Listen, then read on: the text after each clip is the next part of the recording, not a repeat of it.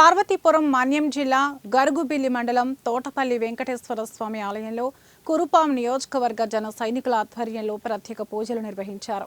ఈ కార్యక్రమంలో పార్వతీపురం ఎమ్మెల్యే బోనెల విజయ్ చంద్ర మరియు జనసేన రాష్ట్ర ప్రచార కార్యదర్శి బాబు పాలూరు పాల్గొన్నారు। ఈ సందర్భంగా వారు మాట్లాడుతూ ఉప ముఖ్యమంత్రి పవన్ కళ్యాణ్ 11 రోజులు చేపట్టిన ప్రాయశ్చిత్త దీక్ష ముగింపు సందర్భంగా సంఘీభావం తెలుపుతూ కురుపాం నియోజకవర్గం జన సైనికులతో కలిసి ఉత్తరాంధ్ర చిన్న తిరుపతిగా పేరుగాంచిన ఈ తోటపల్లి దేవస్థానంలో ప్రత్యేక పూజలు నిర్వహించామని తెలిపారు। ఆ నీడలు ఇంకా పోవట్లేదు।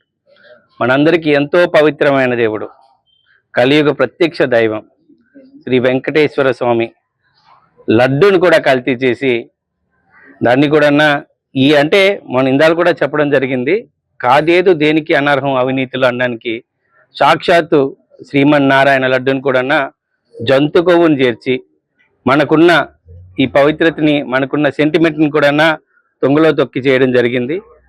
అది అందరూ ప్రపంచం మొత్తం కూడా తెలిసిందే।